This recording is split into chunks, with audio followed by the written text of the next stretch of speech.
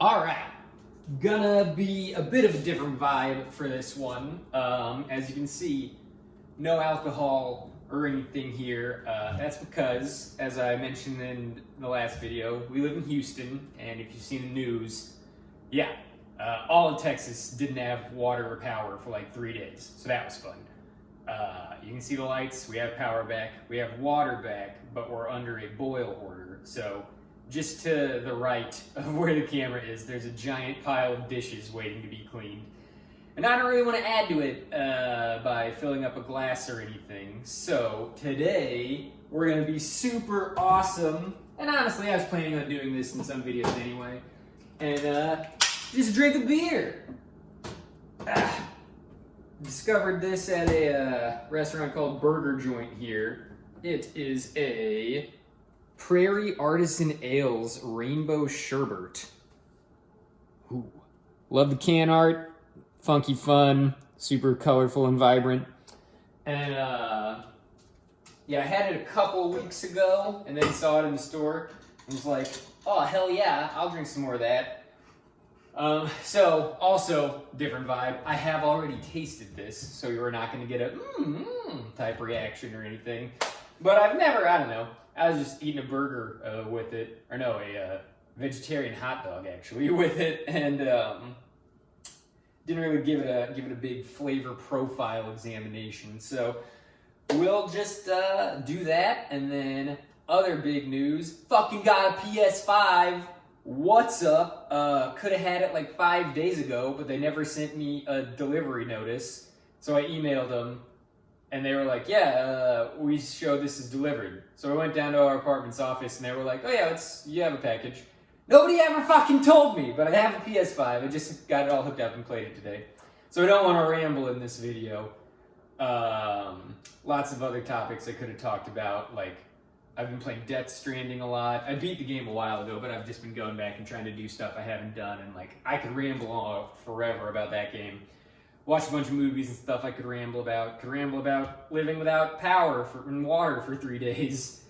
But like I said, don't want to take too long. So in my wait for PS5, I went back and got the Platinum Trophy for BioShock 2 Remastered.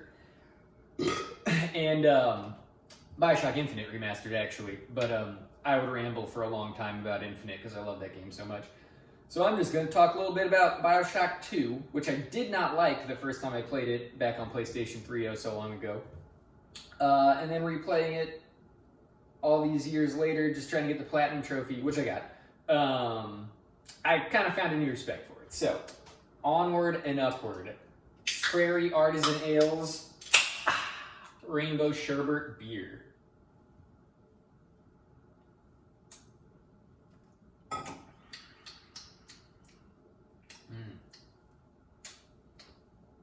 So it kind of tastes like, just like a fruity sour, but it really, just the bubbles, just aerating all that like mellow fruity flavor throughout your mouth, somehow really gives it that like sherbety vibe. Like it's kind of like if, you know, you distilled rainbow sherbet into a fucking beer. Like they just really captured it.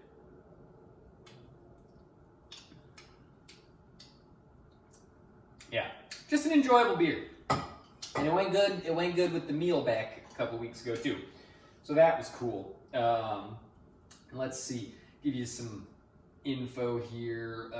5.2%. So it's not like some little punk 3.5 or 4% beer where you're just like, ooh yeah, it's fun and fruity and I like it, but I'll never get drunk off of it. It's a solid 5.2. So you know, you could slam these pretty quickly because they're just sweet and tasty, and get yourself pretty bombed before you even fucking knew it.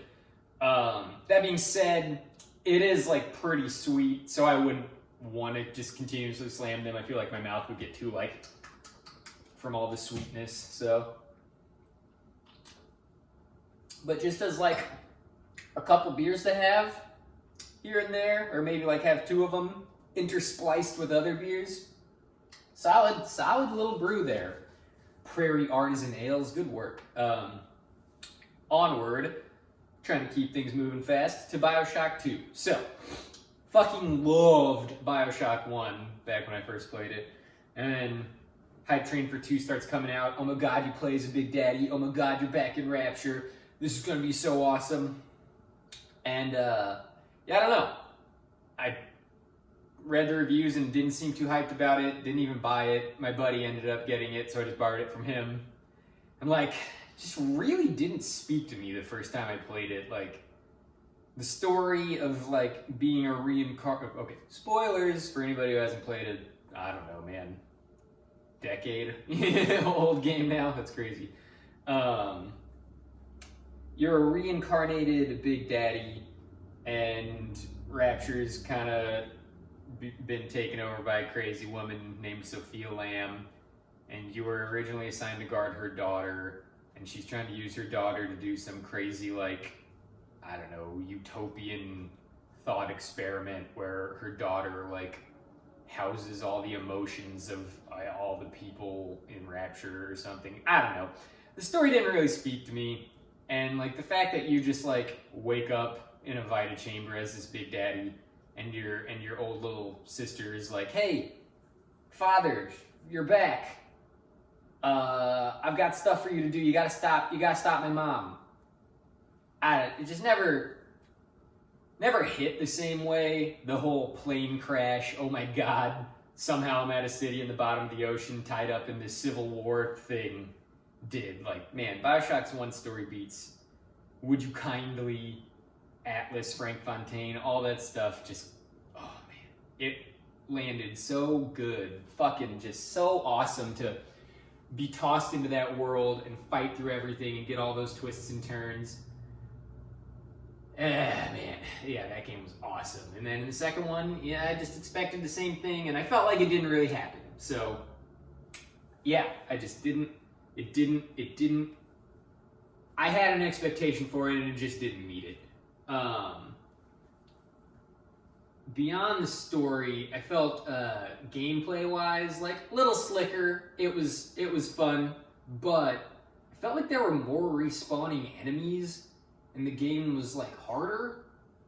But, like, you're a Big Daddy now, so I just wanted to, like, fucking get in there and crush people. But, like, nah, they still do a lot of damage to you and stuff. And you're still, like, trying to scrounge all this ammo and stuff. Oh no, now there's respawning enemies. God damn it, I gotta waste all this precious resources. So, I had this expectation of being like a big badass as well, because you're a Big Daddy, and that didn't come to fruition. Beyond those two aspects, the music and the setting, like the art and everything, still crushed it. Rapture still looks awesome. The music's still pretty fucking awesome. All those like throwback 1950s jams and stuff. Like the level design. God, like just how you really have to explore, and there's little mysteries you can uncover in secret rooms and stuff. It's so fun doing that. Just like looking around, really combing every nook and cranny to find ammo and money and stuff in such an awesome looking world. And like, you know, you're doing that, and all of a sudden you encounter a window that a shark swims by, and you're just like, fuck, that was sick. So it still hit those beats, but overall it just felt like, I don't know, watered down and less satisfying. Fast forward to a couple weeks ago when I'm playing it, just waiting for a chance to get a PS5, and like I said, I was just going through trying to get the Platinum Trophy. I had played the remaster a couple of years ago and just still kind of didn't think anything of it. But I got most of the trophies, and then as I was looking for something to do to occupy me, until I could get a PS5 and start playing other new games and stuff, I was like, oh, I only have a couple trophies in this game, I might as well just get them.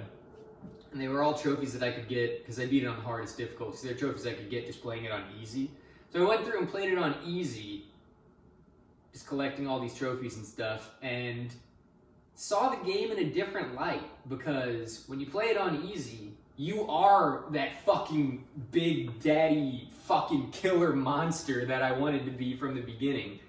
And like, yeah, the challenge is basically gone. I think I I'm not sure if I died in the game. I might have died once or twice.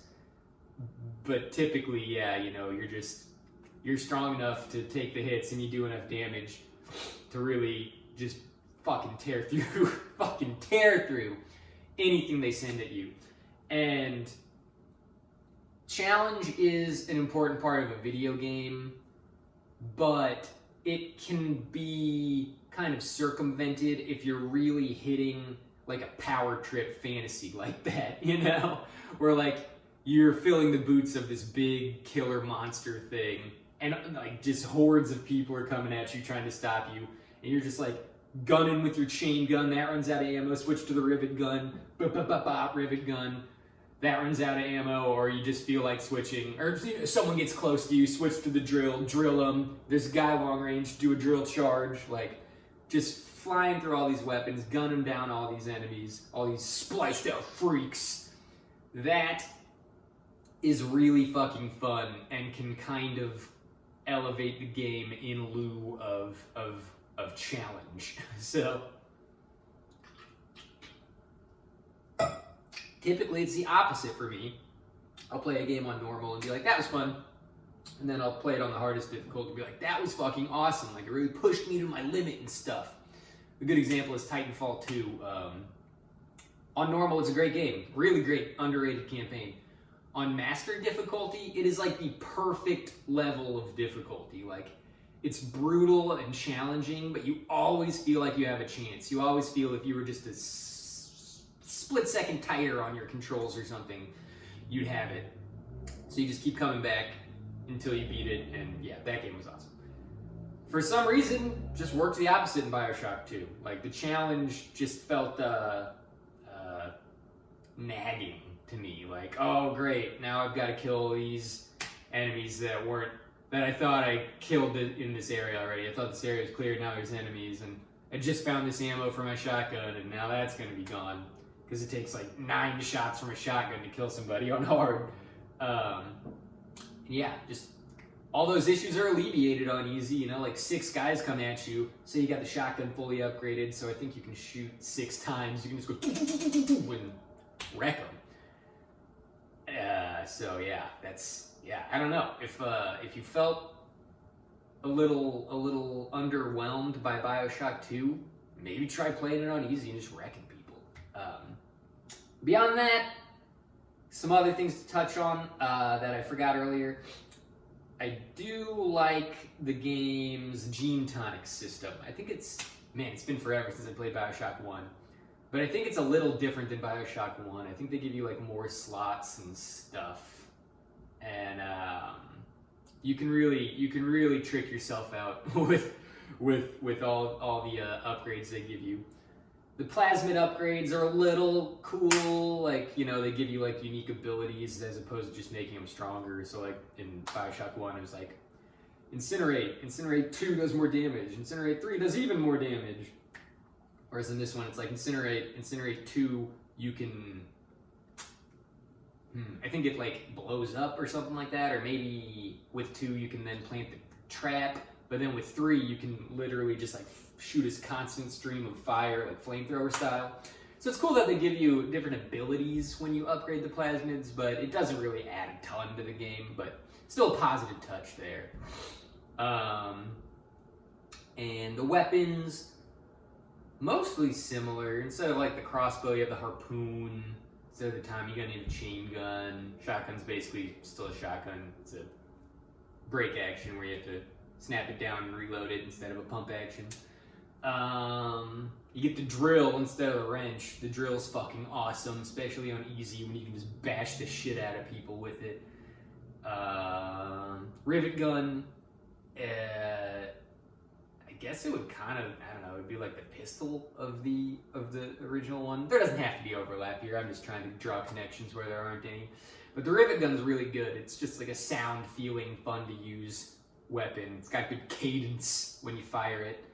So yeah, all the weapons are good. The gene tonic system's really good. The plasmid upgrades are a nice touch. So yeah, I don't know. It was really a good effort at a sequel, I guess, but just the first time I played it, yeah, I was expecting something else from the story that I didn't get, and from the gameplay loop satisfaction ratio that I didn't get. It just wasn't as satisfying playing on the harder difficulties in that one as it was in BioShock 1. But, like I said, you know, you gotta put a game through all its paces, and it turns out this time switching to easy was the way to end up liking it. And before I wrap it up, I guess it has a couple DLCs. I think there's one that's just like little sister trials where you have to go protect little sisters while they gather at them. I don't think I even played that because it didn't sound interesting. Like that aspect of the game, it just felt like something extra that I didn't really care about. I'd be more cool if there's a more streamlined way to get at them than to have to just like, oh, I found a little sister, now I've got to walk around to 3 bodies, gather the atom, put her in the vent. Okay, there's another little sister, now I gotta go get her. Walk around to 3 bodies, gather the atom, put her in the vent. Oh my god, another little sister. So that kind of dragged on in my opinion. So I didn't care to play the DLC version of that. But the Minerva's Den story DLC is also really good. I feel like that little story in the DLC kind of delivered more of like the crazy, shocky, twist and turn BioShock cool stuff that I expected from the regular story. It's all about like using, or like it informs you that Rapture like runs on a super early AI, because you know Rapture's all about like hyper advanced scientific minds and the freedom to do whatever experiments you want and stuff. Ayn Rand's Wonderland Under the Sea, that, oh my god, oh, it failed, how about that? Yeah, there's an AI and you have to like fix it so the city doesn't explode or something like that, more or less. And there's some cool twists in it. I guess spoilers again.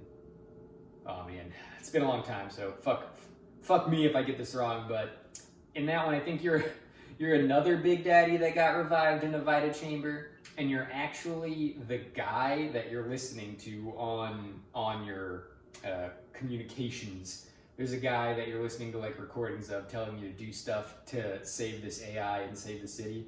But it's actually you who had previously recorded everything and then like revived yourself as a Big Daddy. So that was cool. I thought that was a cool twist, and having to work with the AI and getting to learn more about Rapture was cool. And you get a laser gun, because fuck it, why not? 1950s through 70s era, under the sea, unlimited mines working together. Fuck yeah, you can build a fucking laser gun, why not? And it wrecks, yeah. Like, I think I played that on a harder difficulty, but upgrading the laser gun just makes it a fucking face melter, so you can kind of save yourself by relying on that weapon. And that's that. BioShock 2. Solid sequel that took me like a decade to gain a better appreciation of. And Prairie Artisan Ales Rainbow Sherbet, a really, really good effort at turning fucking Rainbow Sherbet into a beer. Like, that's basically what they did. So, if you ever see it, I don't know where they sell it. Probably not anywhere other than like some Texas areas. But if you ever see it, give it a try. And if you haven't played BioShock 2, but have played BioShock 1, yeah, play BioShock 2. And if hard seems too hard, reboot that bitch on easy and see if just fucking bashing the shit out of some psycho splicers does the trick for you, because it certainly did it for me. So, I'm happy to have power. I'm happy to have water that I can take showers with but not drink yet. Goddamn, taking a shower for the first time in like a week felt so fucking good. And I'm really happy to have a PS5 that I am now going to go play for the rest of this fucking weekend. Everyone, have a fucking awesome time. I love you all. Positive vibes. Oh, if I had to tier this beer, I would say A tier.